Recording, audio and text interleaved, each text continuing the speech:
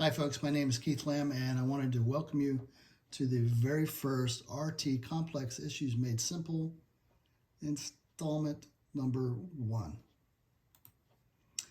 As promised, we are going to talk about the rules of mechanical ventilation. Today's installment is going to simply list these rules with a brief description, and then in subsequent talks we're going to go in more depth about what each rule of mechanical ventilation really means, some of the data that supports these rules, and how to follow them best. First, rule number 1, tidal volume should be somewhere between 4 and 8 milliliters per kilogram of predicted body weight. Once that's been established, then you should dose the ventilator to the patient. Again, when we do these subsequent talks, we'll talk a lot more in depth about how to follow these rules. Plateau pressure should be less than 30 centimeters of water pressure.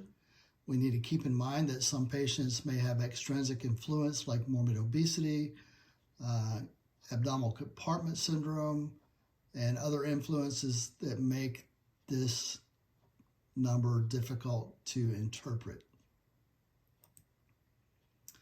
Driving pressure should be less than 15 centimeters of water pressure. I do think, given the retrospective data that we have right now and the prospective data that's coming out soon, that we will have a better handle on this number and what it really means. And I do believe, as I've said already, that this might be the most important variable that we monitor.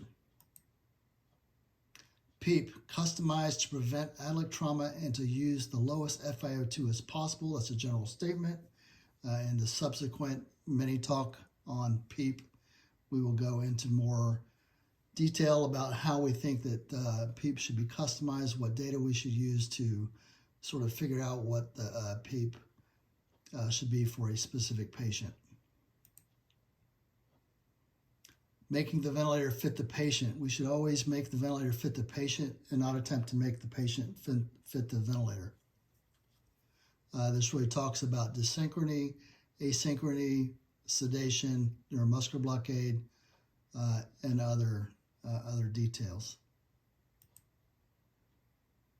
And probably the most important rule of mechanical ventilation, and I put it last because we would follow all the other rules first, but this might be the most important one to really concentrate on in general, and that is to get rid of the ventilator. We won't have the negative sequela from the ventilator and the positive pressure ventilation if we don't have the ventilator. So spontaneous breathing trials, spontaneous awakening trials, etc., and we'll go a lot more in depth again about the literature that supports this ideology and how to best accomplish this.